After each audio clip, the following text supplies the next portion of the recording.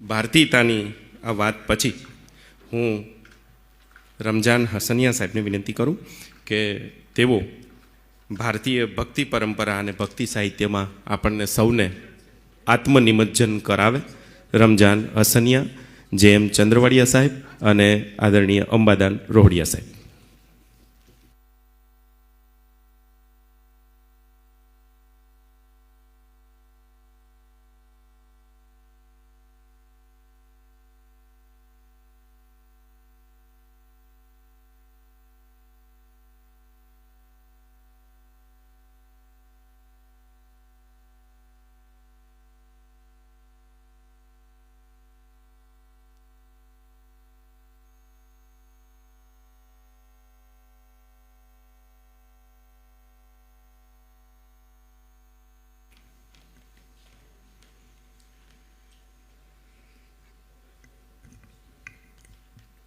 પરમ શ્રદ્ધેય ભાઈશ્રીના ચરણોમાં વંદન.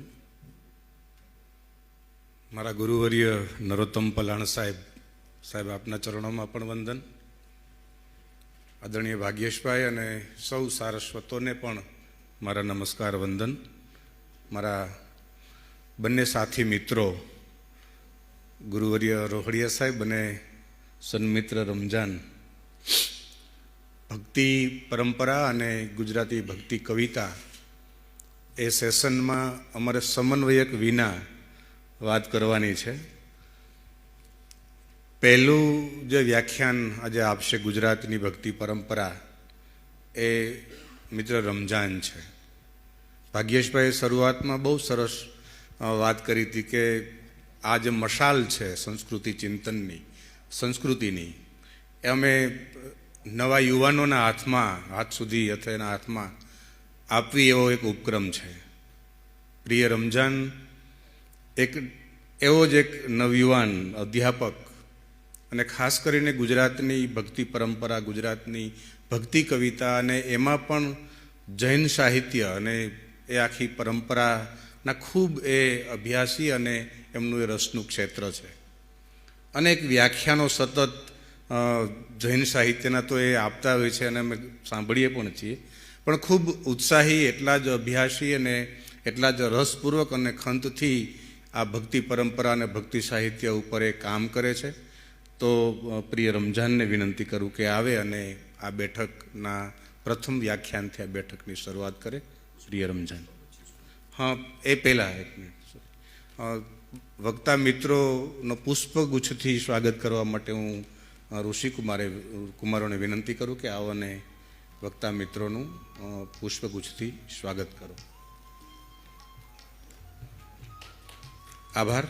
પ્રિય રમજાન.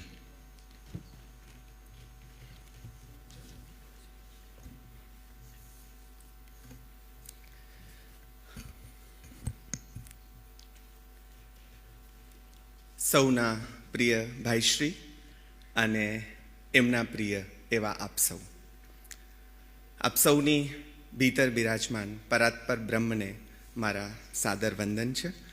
મારા સૌ ગુરુજનોને પ્રણામ કરી આપણી ઉપર બેઠેલા શ્રી રાધા વલ્લભજી, જાનકી વલ્લભજી અને શ્રી લક્ષ્મીનારાયણ શ્રી હરિજી, એમને પણ વંદન કરીને મારી વાત આરંભું છું. આમ પણ આપણે ભગવાનને, અલ્લાહને કે જે એને નામ આપ્યા એ બધાને ઉપર બેસાડી દીધા છે.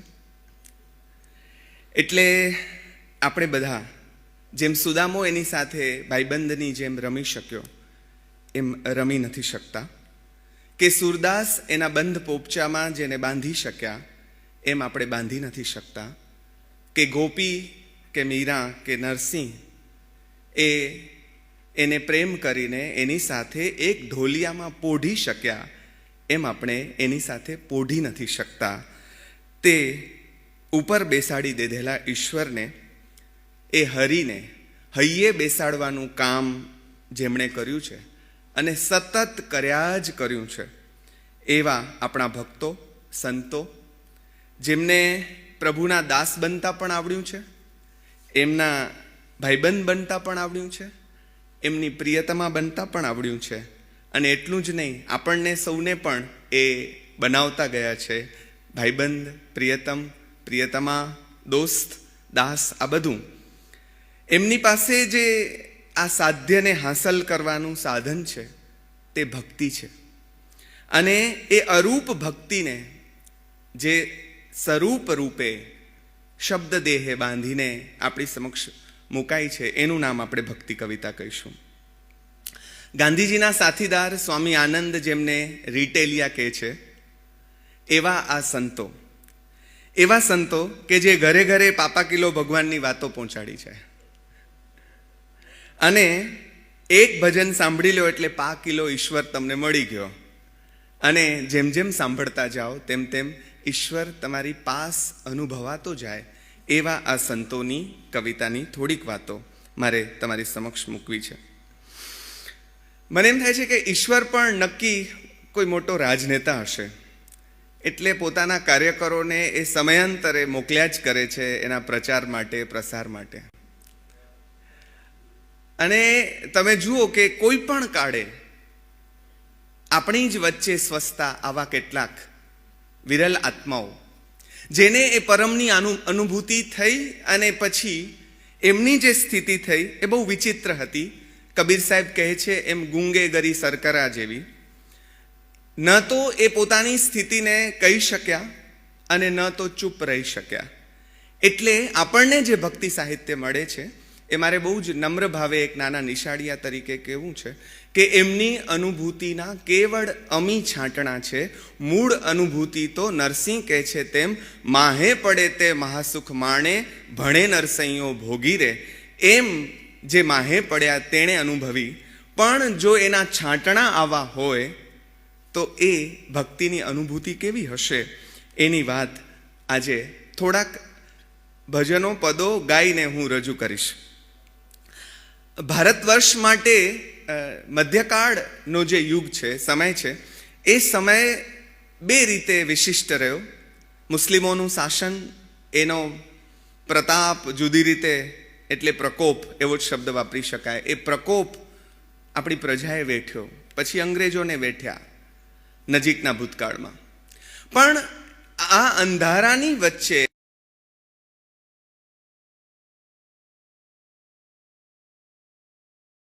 એમ થાય છે સાહેબ, જા સાહેબ, કે પ્રહલાદને કેટલી બધી તકલીફો પડે અને પછી નૃસિંહ, એ તકલીફો આપનાર કોણ? એમ જો તમે આગળ જઈને પૂછો તો કંઈ હિરણ્યકશ્યપુ નથી, એ શ્રી હરિ જ છે. આપનાર પણ હરિ છે. જે પોષતું તે મારતું, એમ આપનાર પણ હરિ છે અને પછી એને ઉગારનાર પણ હરિ છે. તેમ મને એમ થાય કે એને જો આપણે કુદરતની લીલા ગણતા હોઈએ તો મારે નમ્ર ભાવે એમ કહેવું છે કે આ 800 વર્ષમાં થયેલા પ્રકોપને પણ ઈશ્વરની લીલા ગણવી જોઈએ. અને એમાંથી ઉગારવા માટે આપણને જે મળ્યા સંતો, એ સંતોની વાતને પણ એની જ લીલા ગણવી જોઈએ. આ રીતે જો આપણે એને જોઈશું તો કદાચ આ ભક્તિ કવિતાને વધારે આપણે પામી શકીશું. એટલે મધ્યયુગમાં ભક્તિનું એક આંદોલન હું બોલું છું ત્યારે ગાંધી યાદ આવે છે, પણ એવું આંદોલન, બહુ જ શાંત ક્રાંતિઓ વિશ્વમાં થઈ છે. આમાંની શાંત ક્રાંતિ આપણે ત્યાં પણ થઈ મધ્યકાળમાં. અને એ શાંત ક્રાંતિમાં ક્યાંક કબીર રણકી ઉઠ્યા છે. ભલા હુઆ મોરી ગગરી ફૂટી, મેં તો પનિયા ભરન સે છૂટી રે, મોરે સરસે ટલી બલા, એમ કહેતો એ કબીર ગાઈ ઉઠે છે. અને ક્યાંક મૈયા મોરી મેં નહીં માખન ખાયો, એમ કહેતા સુરદાસ. મને સુરદાસજીનો એક પ્રસંગ બહુ જ ગમે છે કે કાનુડો એ લાકડી છોડાવીને જાય, વાયડાઈ કરતો, મારો બહુ પ્રિય પાત્ર છે. અને એ વાયડાઈ નહીં કરે તો કૃષ્ણ સેના કહેવાય. એટલે એ બાં છુડાકર જાત હો, કોન હો કીનો કમાલ, હૃદય સે જાકર દિખલાઓ, તબ મેં કહું તો હે કાન. આમ કહેતો સુરદાસ, જેમાં ઈશ્વર પણ બિચારો લાચાર થઈ જાય. બાપ, સાચી વાત છે. અહીંયાથી જઈ બતાડ તો ખબર પડે કે આ ભક્તિની તાકાત. તુલસીદાસજી આપણને ભક્તિની સરવાણી વહાવતી માનસ જેવી કથા આપણને આપે અને એ ભક્તિનું શાસ્ત્ર બની રહે આજ પર્યંત અને યુગો પર્યંત બની રહેશે. ક્યાંક રહીમના દોહાઓમાં ભક્તિનું શાંત આંદોલન અથવા તો શાંત એલાન જાગે. ક્યાંક મીરા મેવાડ છોડીને જાય, ક્યાંક આપણો નરસૈયો કેદારામાં લીન થઈને ગાય અને કેટલા ભક્તિના પ્રવાહો આપણને પ્રાપ્ત થાય. દાસ્ય ભક્તિ, સગુણ અને નિર્ગુણ ભક્તિ, અને એમાં પણ પાછા દાસ્ય ભક્તિ, પ્રેમ લક્ષણા ભક્તિ, જ્ઞાન માર્ગી ભક્તિ. પણ મને જે ભક્તિ મળી, મને જે પરંપરા મળી, મારા પિતાને યાદ કરું ભાગેશભાઈ, કે એવો કોઈ સંતવાણીનો કાર્યક્રમ ન હોય. અમારે ત્યાં મેળા થાય, એ ઓધુસા પીરનો મેળો હોય અમારા ગામમાં, અને એમાં બધી જ જ્ઞાતિના લોકો સાથે મળીને સંતવાણી રાખે અને ત્યાં કાફી પણ ગવાય. આ બંને એક સાથે ગવાય અને આખી રાત મારો બાપ એ ભજનવાણીને કાનમાં લઈને આવે અને સવારે એ ગણગણતો હું સાંભળું એમને. અને મારી માને એનાથી માથે ઊંચેરી જુવાર વાઢવા મારો દાદો એને ખેતરમાં મોકલે ત્યારે એને બીક લાગે, અને બીક લાગતી હોય ત્યારે નાનપણમાં રેડિયોમાં સાંભળેલા ભજન લલકારતી એ મારી હવા માડી, અને એને બાજુના ચારણો જઈને એમ કે આ હિકેર ગાય. તો મારા દાદાને એને દાદા બોલાવે તો એને બહુ જ સંકોચ થાય કે ઓ આ તો હું પકડાઈ ગઈ. એને ખબર ન હોય ને અનાયાસ ભજન ફૂટે એના મુખેથી. મને કહેવા દો કે ભજન ગાવાની ચીજ નથી, ભજન કરવાની ચીજ છે.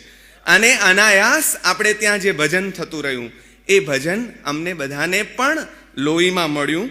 એટલે એવી આ પરંપરાની થોડીક વાતો. ભક્તિને નરસિંહે કઈ કક્ષાએ મૂકી? ભૂતળ ભક્તિ પદાર્થ મોટો, ભૂતળ ભક્તિ પદાર્થ મોટો, બ્રહ્મલોકમાં નાહી રે, પુણ્ય કરી અમરાપુરી પામ્યા, પુણ્ય કરી અમરાપુરી પામ્યા, અંતે 84 માહી રે, ભૂતળ ભક્તિ પદાર્થ મોટો. અમારા કેટલાક શિક્ષકો એમ ભણાવે કે આ ભૂતળ જમીનનું તળિયું સમજાય છે કાંઈ, અને કવિતાનું ખૂન થઈ જાય. આ ભૂતળ અમારા દર્શનાબેન મારા ગુરુ ભણાવે તો અમને એમ કહે કે આ જમીનનું મૂલ્ય ભગવાન બુદ્ધે કર્યું. એમને કોઈએ પૂછ્યું કે તમે તપશ્ચર્યા કરી એના સાક્ષી કોણ? આપણે હોઈએ તો આંગળી ઊંચી કરીએ કે ઉપરવાળો ઈશ્વર.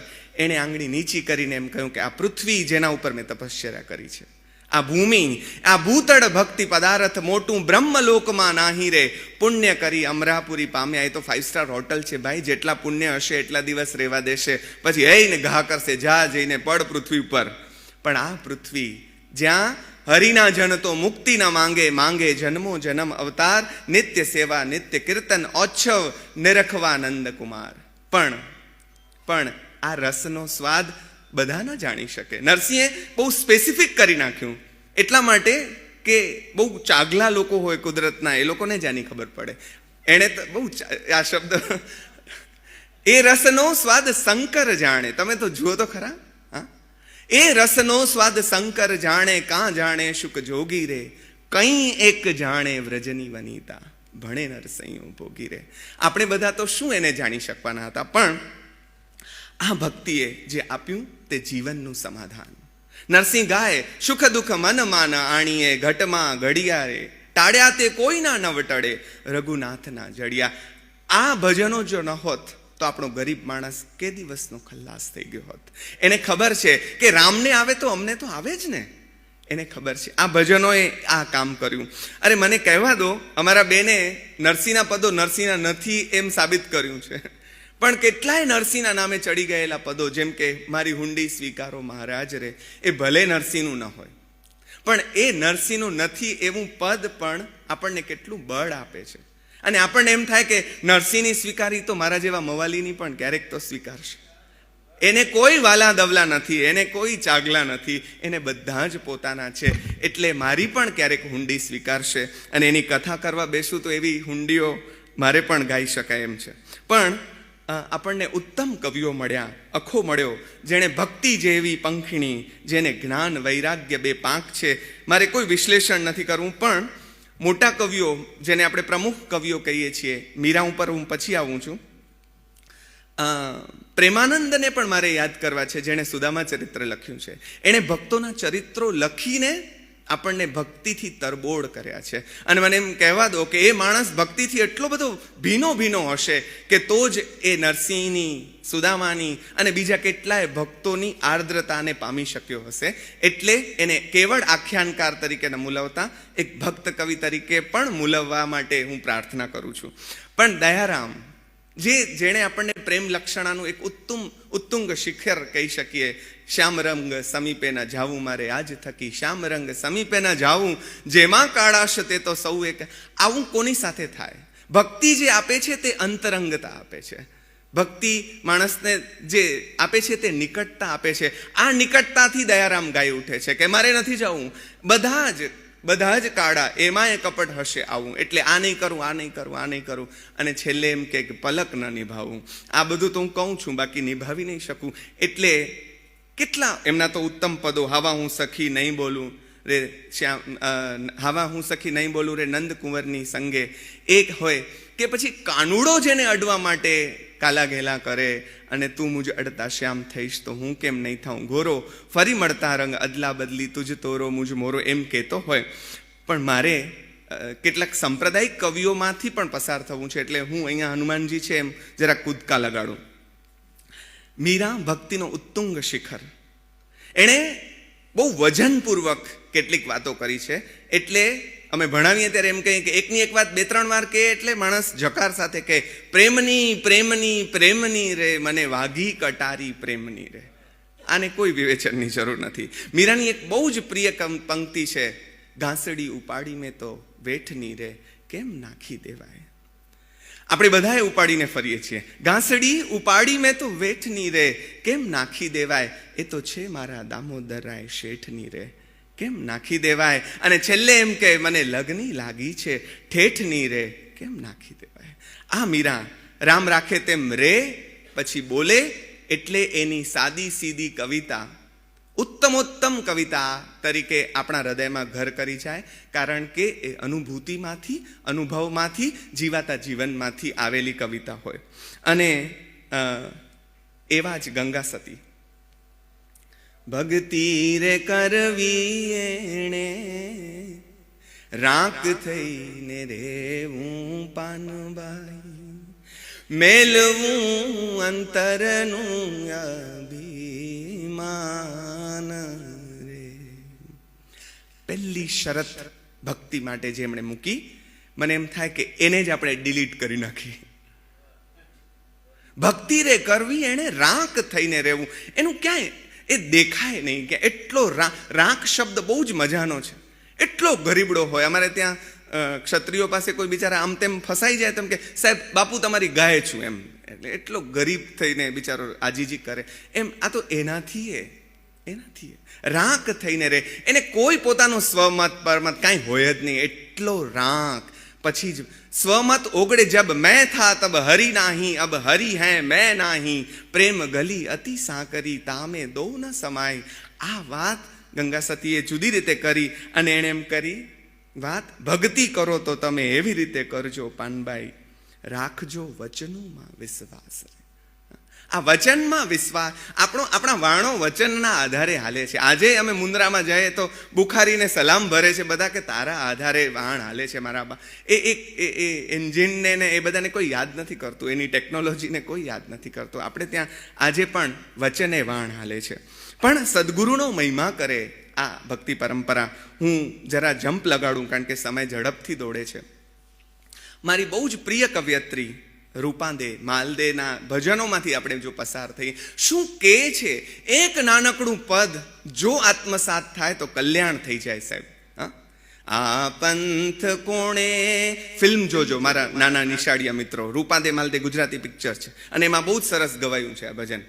આ પંથ કોણે રે બતાવ્યો હેજી માલા, જાગો મારા જૂના જૂના જોગી રે, જી રે જી રે જી. જાગો મારા જૂના જૂના જોગી. બધા જ યોગી છે, કોઈ ભોગી નથી. આ તો આપણે યોગીમાંથી ભોગી બનીને બેસી ગયા. જાગ મારા જોગી, એમ કરીને આ સ્ત્રી આપણને જગાડે છે.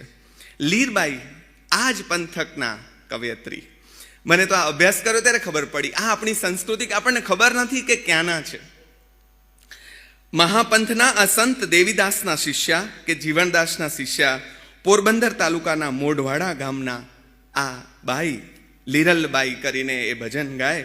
અને આ ભજન મારી માના મુખે મેં સૌથી પહેલા સાંભળેલું. આજે પણ હું એ ગાવા બેસું તો મારી માં અહીંયા હોય તો એ ગાવા જ લાગે. અને અમે બે રોતે રોતે આ ભજન ગાઈએ. રમતો જોગી રે ક્યાંથી આયો રે, રમતો જોગી રે ક્યાંથી આયો, હેજી આવી મારી નગરીમાં અલખ જગાયો રે, વેરાગણ હું તો બની. તમે જુઓ, જોગીનું ખાલી આવવું જ વૈરાગણ બનવા માટે પૂરતું છે. કશું જ કરવાની જરૂર નથી એણે, એનું ખાલી આવવું. વિનોબાજી એમ કહેતા કે સાધુ કાંઈ ન કરે તો એ જગત ઉપર બહુ મોટો ઉપકાર કરે છે. એનું કાંઈ ન કરવું, to do nothing is the big thing. કશું જ ન કરે અને છતાં એના હોવાથી આ ચારિત્ર્યની આપણે ત્યાં પરાકાષ્ઠા બતાડી કે જેનું આવવું જ વૈરાગ્યનું કારણ બની જાય. આવા લીરલબાઈ તોરલને આપણે યાદ કરીએ. જેસલ કરી લે વિચાર માથે. તમને બધાને ગમે એવું આ ભજન છે પણ હું જમ્પ લગાડું. કેટલી સરળતાથી સહજતાથી મરી જવાનું છે આપણે બધાને, જે ભૂલી ગયા છીએ એને. જેસલને પણ એમ જેસલ કરી લે વિચાર માથે જમ કેરો ભાર, સપના જેવો છે સંસાર તોડી રાણી કરે છે રે પુકાર. આવો ને જેસલ રાયા, આવો ને જેસલ રાયા, આપણ પ્રેમ થકી મળીએ હોજી. જો જે ગવાય એમાં બદલાતું આવે. મારા સંતો હોય ત્યાં ભળીએ હોજી. મૂળ પદ બીજું છે, મૂળ લાઈન બીજી છે, પણ અહીંયા આવું થાય. તો આવા સંત કવિયત્રીઓ, મેકરણ જેવો સંત અમારો કચ્છનો, એને યાદ નહીં કરે તો કેમ ચાલે સાહેબ. એ સમાધિ લે ત્યારે 41 જણા જીવતે સમાધિ લે. આ આપણી ભક્તિ પરંપરાની કેવી એક અનોખી વાત કે જીવિત સમાધિઓની વાત તો રવિભાણ સંપ્રદાયમાં અને બીજે પણ આપણને જોવા મળે. પણ એ તમને આ કાયા જેને લઈને આપણે વટ પડાવતા ફરીએ છીએ, સારા લુગડા પહેરીને વટ પડાવીએ છીએ, જબ્બા ને પાછા ઉપર કોટીઓ. મારી મેના રે બોલે રે ગઢને કાંગરેજી, હે કાયાના કૂડા રે ભરોસા, દેહુના જૂઠા રે દિલાસાયા જ મારી મેના રે બોલે રે ગઢને કાંગરે. અને કેવા સરળ, મારે કેવું છે કે આ સંતોએ જે કર્યું એ શાસ્ત્રોનું સરળીકરણ. એટલા અઘરા શાસ્ત્રો કાંઈ સમજાય નહીં, માથાના વાળ ઉડી જાય એવા, અને એને એ લોકોએ સરળમાં સરળ કરીને મૂકી દીધા. એવી છીપું રે સમદરિયામાં નીપજે, મોતીડા છે રે છીપલાની માય, મોતીડા છે રે છીપલાની માય, આજ મારી મેના રે બોલે રે ગઢને કાંગરે. આ કઈ છીપ ને કયા મોતી કાંઈ કોઈને સમજાવવું પડે એમ નથી. આ આપણી સંસ્કૃતિ છે ને આ આપણી ભક્તિ પરંપરા છે. રવિ સાહેબની આનંદ ઘડી હે તે ભજવા હરી મને યાદ આવે છે એમનું પદ, પણ હું જરાક જમ્પ લગાડું છું. 10 મિનિટ મારી પાસે બચી છે. આમ તો ચંદ્રવાડિયા સાહેબ મોટા પેટના છે, અધ્યાપક સંઘમાં આવ્યા પછી વધારે અધ્યાપકો માટે મોટા પેટના થયા છે, પણ 5 મિનિટ એમની ખાઈ જઈશ કદાચ હું. મુસ્લિમ કવિઓ 3 ના ઉદાહરણ, પછી જૈન કવિઓના 1-2 ઉદાહરણ આપી દઉં. સત્તાર શાહ. હવે ખબર જ ન હોય કે આ સત્તારની કવિતા છે, કાનુડો કાળો કાળો, રાધા છે ગોરી ગોરી, કાનુડો કાળો કાળો. મને લલિતાબેન યાદ આવે છે. આપણે આ લોકોને કેમ આપણે ભૂલે? લલિતા ધોળાદરા એટલું સરસ ગાય આ ભજન. છેક નવલ કિશોર, છેક નવલ કિશોરી. મને કહેવા દો કે ઉપર બધા જ ભગવાન ભયંકર દેખાવડા છે. નાગરોની ભાષામાં બધા ઉપર બેસાડ્યા છે, એટલા દેખાવડા છે. આપણને એમ થાય ને આ લોકોએ નીચે લખ્યું છે ફોટા નહીં પાડવા, એટલે અમે આંખોમાં ભરી કીકીમાં કેદ કરી લીધા, મેં કાનજીને કીકીમાં કેદ કરી લીધા, એમ કેદ કરીને અમે લઈ જઈએ છીએ. મન વશ કરીને જોતા શુદ્ધ પ્રેમ ઝાંખી થાય, મન વશ કરીને જોતા શુદ્ધ પ્રેમ ઝાંખી થાય.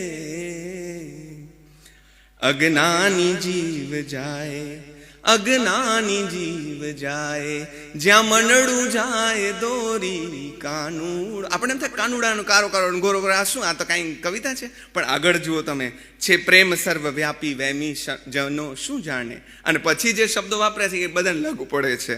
અજ્ઞાનીને અગોરી, ઊંઘણ અજ્ઞાનીને અનાડી, ઊંઘણશીને અઘોરી કાનુડ. આ શું જાણે? હવે શાંતિ રાખો. એટલે ગંગા સતીએ તો કહ્યું કે અધૂરિયાને ન કહેવાય એમ. પણ આ સતારની વાત હોય કે પછી મામદ શાહ વાગે ભડાકાનો તો આપણા ત્યાં છે જ, વાગે ભડાકા ભારી ભજન. હવે એ જ ઢાળમાં તમે જુઓ કે પરંપરાઓ કેવી એકબીજામાં ભળી જાય. મનરૂપી મૃગલાને મારો મામંદ કહે, મનરૂપી મૃગલાને મારો રે હો જી. જેમ વાગે ભડાકા ભારી ભજનના, વાગે ભડાકા ભારી રે હો જી. 12 બીજના ધણીને સમરું, 12 બીજના રે હા હા હા, ધણીને સમરું નકલંક ને જા ધારી ભજનના, નકલંક ને જા ધારી ભજનના, વાગે ભડાકા ભારી રે હો જી. આ જ વાત મામન જુદી રીતે કે બીજા બધાને મારીને શું કરવાના, તો મનરૂપી મૃગલાને મારને ભાઈ. અને દાસ હોથી જે મોરાર સાહેબના શિષ્ય, કેવી રીતે એની વાર્તા તો આખી બહુ જ મજાની છે, પણ એ તમે સાંભળી લેજો કે વાંચી લેજો. પણ કેવા બધાને એક રૂપ કરીને આ લોકોએ ભેગા કર્યા. સમરું તો સુધરે મન ખા મેરા, સમરું તો સુધરે મન ખા મેરા રે નબીજી રે, અલ્લાહો નબીજી રે, અલ્લાહો નબીજી રે, રામને રે માન દો, એક કરી જાણો રમા, અલ્લાહો નબીજી રે. ઓ મિટ જાય જન્મ જન્મ કા ફેરા, મટી જાય જન્મ જન્મ કા ફેરા રે નબીજી રે, અલ્લાહો નબી. આ એકરૂપતાની આપણી સંસ્કૃતિ છે, એને તમે ચાહો તોય નોખી નહીં પાડી શકો. આ એવા ભળી ગયા છે એકબીજામાં કે કોઈ લાખ પ્રયત્ન કરે તોય આને નોખી પાડી શકાય એમ જ નથી. કારણ કે એ બધાએ જ્યારે આ ગાયું છે ત્યારે મને એક શેર યાદ આવે છે. વો ક્યા સજદા, વો ક્યા સજદા રહે એહસાસ જિસમે સર ઉઠાને કા, ઇબાદત ઓર બકાયદા હોશ તૌહીન ઇબાદત હૈ. આ એમની સ્થિતિ હતી. ઇબાદત ઓર બકાયદા હોશ તૌહીન ઇબાદત હૈ. એ કક્ષાએ પહોંચેલા આ કવિઓ અને એમની આ કવિતા. જૈનની વાતો થઈ છે, એના ઉદાહરણ સાથે મારી વાત સંકેલું. આમ તો હજી 4 પાના બાકી છે. પણ આનંદગંજી મહારાજ રામ કહો, રહેમાન કહો, કૌકાન કહો, મહાદેવરી એમ કરીને ભાજન ભેદ કહાવત નાના, એક મૃતિકા રૂપરી, તૈસે ખંડ કલ્પના રોપિત આપ અખંડ સ્વરૂપરી એમ કરીને જે નરસિંહે કહ્યું, જે કબીરે કહ્યું એ જ વાત જુદી જુદી રીતે આ બધા ગૂંટતા આવ્યા. સાહેબ, આ બધાએ ભક્તિના એકડાને ગૂંટવાનું કામ કર્યું છે. આપણે ભૂંસવાનું કરી રહ્યા છીએ, એ નહીં થાય. બહુ છેક એકદમ મસ્ત ઘટ્ટ કલરથી ગૂંટાયેલો છે. ઉપાધ્યાય યશો વિજયજી મહારાજ મને યાદ આવે, પણ આનંદગંજીનું એક પદ એના પહેલા હું સંભળાવી દઉં કે આ પરંપરાઓ કેવી એકબીજામાં મિક્સ થઈ ગઈ. આપણને એમ થાય કે આ તો વિતરાગની પરંપરા, એમાં પ્રેમ લક્ષણા કેવી રીતે હોય? કારણ કે એ તો નથી, ભગવાન કશું કરતા નહીં, એ ભગવાનની મારે વાત નથી કરવી, પણ જૈન પરંપરાને તમે જાણતા હશો. તો એ ભગવાન મળે અને દુઃખ ટળી જાય એવી તો વાત જૈન પરંપરામાં આવે નહીં. અને તોય અવધૂત યોગી આનંદગંજી એમ ગાય, દુઃખ દોહગ દૂરે ટળ્યા રે, સુખ સંપદ શું ભેટ, ધીંગ ધણી માથે કિયો રે, કુણ ગંજે નર ખેટ, વિમલજીના દીઠાલોયણ આજ, મારા સીજા વાંછિત કાજ, વિમલજીના દીઠાલોયણ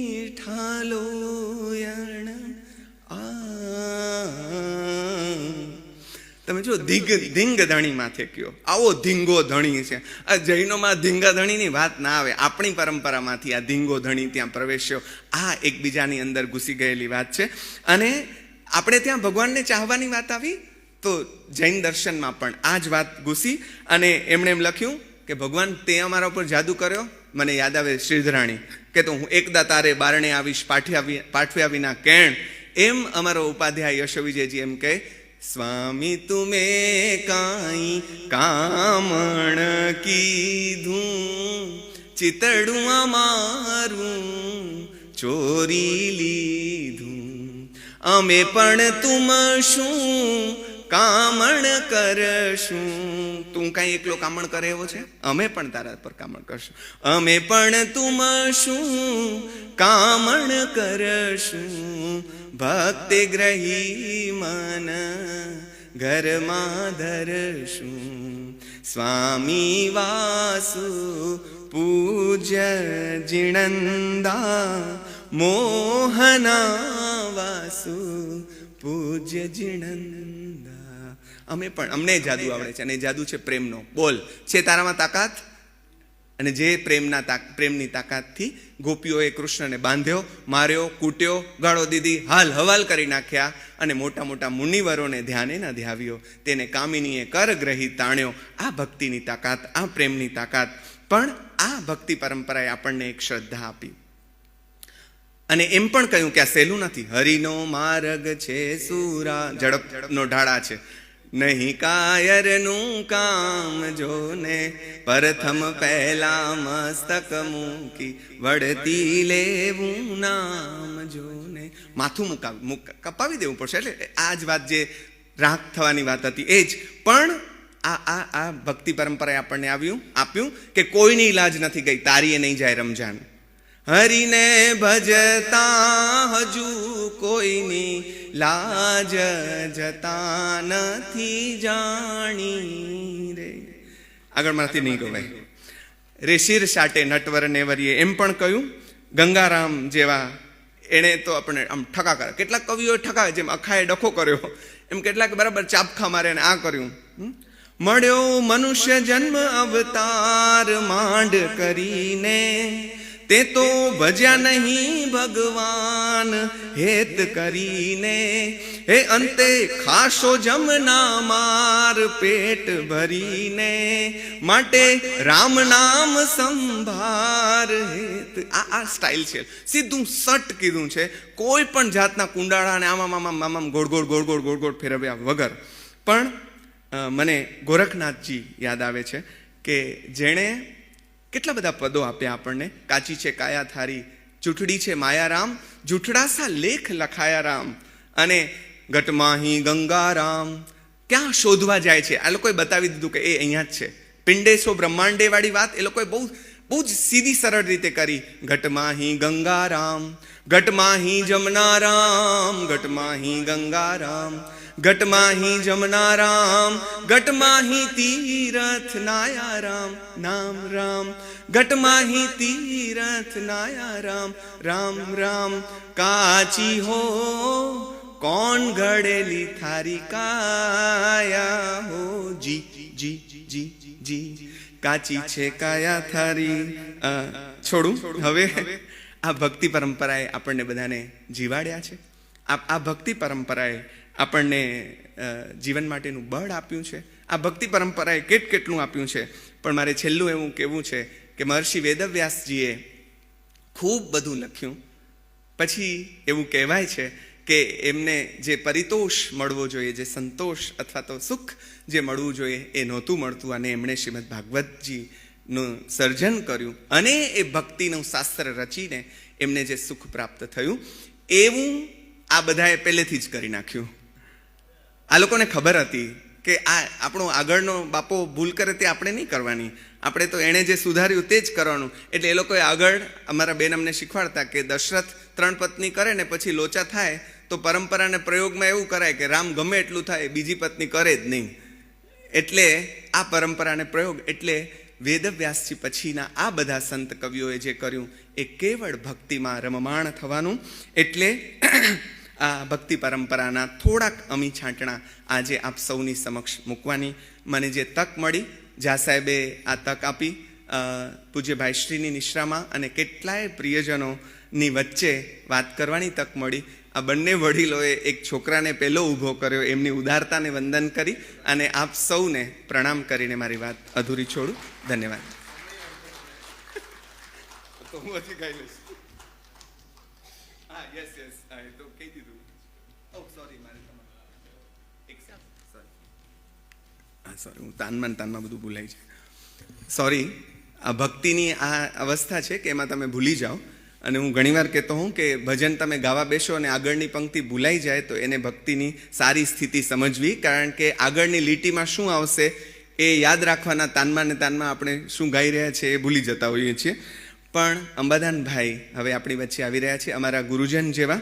અંબાદાનભાઈ રોહડિયા ચારણી સાહિત્યના બહુ મોટા ગજાના સંશોધક, સંપાદક, લોક સાહિત્યના સંદર્ભમાં પણ આ જ બંને વિશેષણ એમને લાગુ પડે.